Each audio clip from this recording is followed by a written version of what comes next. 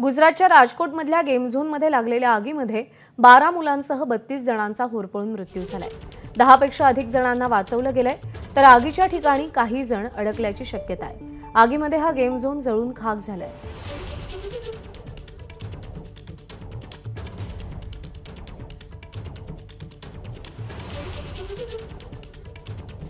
आणि राजकोटमध्ये जिथे ही घटना घडली त्या घटनास्थळावरून आढावा घेतला आमच्या प्रतिनिधींनी। आपण पाहूया।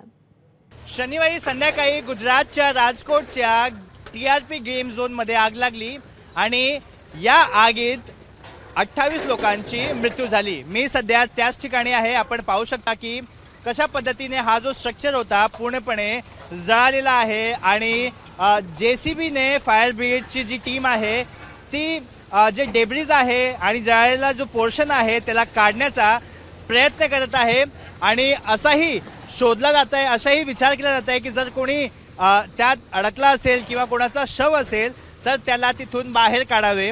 कारण की ज्यावेळी ही आग लागली लोकांना स्केप करण्यात म्हणजे बाहेर निघण्यात यश मिळालं नाही, ज्यामुळे याच्यात 28 लोकांची मृत्यू झाली। सध्या या प्रकरणी एसआयटीचा गठन करण्यात आलेला आहे, ज्याच्यात 5 सदस्य आहे। यामध्ये या गेम झोनचा जो ओनर आहे, मॅनेजर आहे, त्यांना ताब्यात घेतलेला आहे।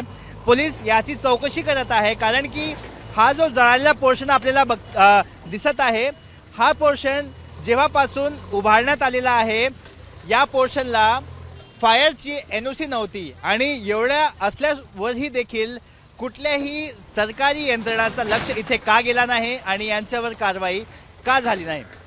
कॅमेरा पर्सन अनिलचा सूरज ओझा, एबीपी माझा, राजकोट।